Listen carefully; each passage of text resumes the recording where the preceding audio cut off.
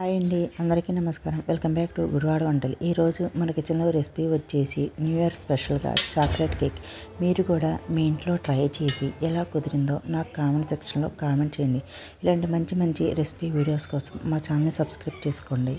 Cake తయారు చేసుకోవడానికి ఒక కేక్ గిన్నెని తీసుకోండి. మీ దగ్గర ఈ కేక్ గిన్నె కనుక లేకపోతే ఇంట్లో ఏ ఉన్న గిన్నెనైనా తీసుకోండి.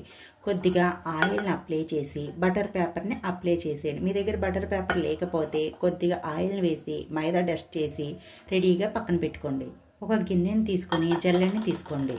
ఒక కప్పు దాకా మైదా పిండిని తీసుకుందాం. 1 టీ స్పూన్ దాకా బేకింగ్ పౌడర్, 1/2 టీ స్పూన్ దాకా బేకింగ్ సోడా, చిటికెడు ఉప్పు, 2 టేబుల్ స్పూన్ దాకా కోకో పౌడర్. ఇప్పుడు వీటి మొత్తాన్ని జల్లించుకోండి. మనం కేక్ చేసేటప్పుడు ఎప్పుడైనా ఈ పొడులన్నిటిని మనం జల్లించే తీసుకోవాలండి. జల్లించుకున్న ఈ పిండిని రెడీగా పక్కన పెట్టేసుకుందాం. ఒక మిక్సీ జార్ తీసుకోండి. ఈ మిక్సీ జార్లోకి 2 కోడిగుడ్లను వేసుకోండి. 1 కప్పు దాకా పంచదారను తీసుకుందాం. 1/2 కప్పు దాకా ఎలాంటి ఫ్లేవర్ లేని ఆయిల్ని తీసుకుందాం. 1 టీ స్పూన్ దాకా వెనిలా ఎసెన్స్. ఇక నిమ్మరసాన్ని పిండి వేసుకోండి. నిమ్మరసం వేసి గ్రైండ్ చేయండి. 3 నిమిషాలు బాగా గ్రైండ్ చేయండి. 3 నిమిషాలు బాగా గ్రైండ్ చేశాక మనకు కన్సిస్టెన్సీ అనేది ఇలా రావాలి. ఇలా సిల్కీ కన్సిస్టెన్సీ వచ్చేదాకా మనం గ్రైండ్ చేసుకున్నాం కదండి. ఇప్పుడు మనం ముందుగా జల్లించి పెట్టుకున్న ఈ మైదా పిండిని కోకో పౌడర్ని తీసుకొని ఈ మిక్సర్ని దీంట్లో వేసేసుకోండి. ఇప్పుడు దీన్ని కంటెంట్ ఫోల్డ్ మెథడ్లో కలిపేసుకోండి. ఈ మిశ్రమం అంతా బాగా కలిసేలాగా కలిపేసుకోవాలి. ఇలా అంతా కలిపేశాక ఇప్పుడు మనం కొద్దిగా పాలను వేసుకుంటా కాచి చల్లార్చిన పాలను ఇక్కడ వేసుకున్నానండి నేను. మనకి రిబ్బన్ కన్సిస్టెన్సీ వచ్చేదాకా ఒకే డైరెక్షన్లో కలుపుకోండి.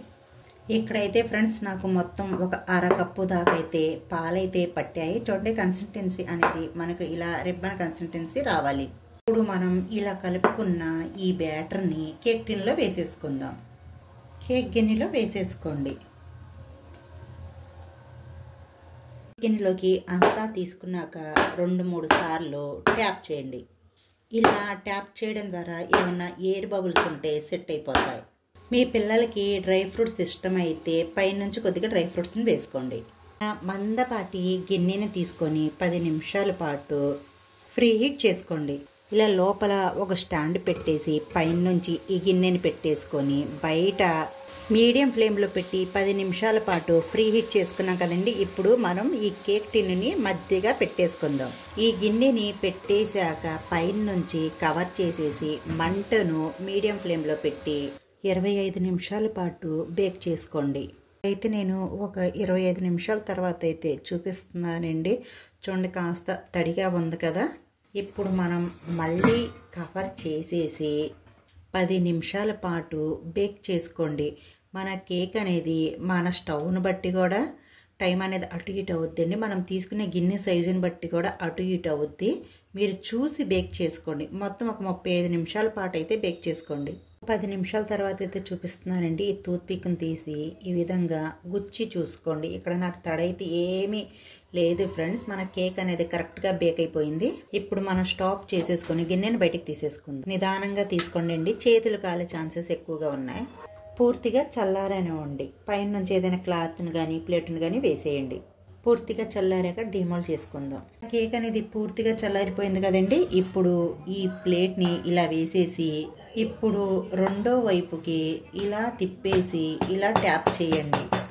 ఇప్పుడు మనం కేక్ గిన్నెలో నుంచి తీసేసుకున్నాం కదండి. మీకు కనుక రెసిపీ వీడియో నచ్చినట్టయితే మా వీడియోకి ఒక మంచి లైక్ ఇచ్చి మీ ఇంట్లో ట్రై చేసి ఎలా కుదిరిందో కామెంట్ సెక్షన్లో కామెంట్ చేయండి. ఇలాంటి మంచి మంచి రెసిపీ వీడియోస్ కోసం మా ఛానల్ని సబ్స్క్రైబ్ చేసుకోండి. పక్కన ఉన్న గంట సింబల్ని యాక్టివేట్ చేసుకోండి. Bye friends, thank you for watching.